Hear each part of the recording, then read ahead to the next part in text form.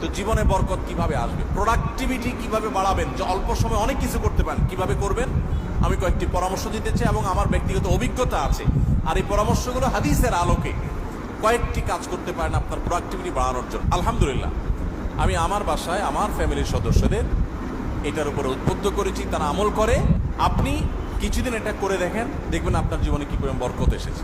আমার বয়স 21 বছর, সকাল থেকে রাত পর্যন্ত সময়টা কিভাবে প্রোডাক্টিভভাবে কাটাবো, আমার টাইম ম্যানেজমেন্ট কেমন হবে, খুব দরকারি একটা প্রশ্ন করেছে।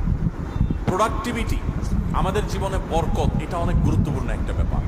ইসলামের ইতিহাসে স্বর্ণযুগের অনেক সোনালী মানবরা আছেন, তাদের মাত্র 30, 35, 40 বছরের জীবনে হাজার হাজার পৃষ্ঠার বই রচনা করেছেন, গবেষণামূলক বই। আজকালকার মতো কপি পেস্ট মার্কা বই না, যে গুগল থেকে নকল করে কপি পেস্ট করে বই লিখে ফেলছে, জি না। তখন গুগল আর নেট ছিল না,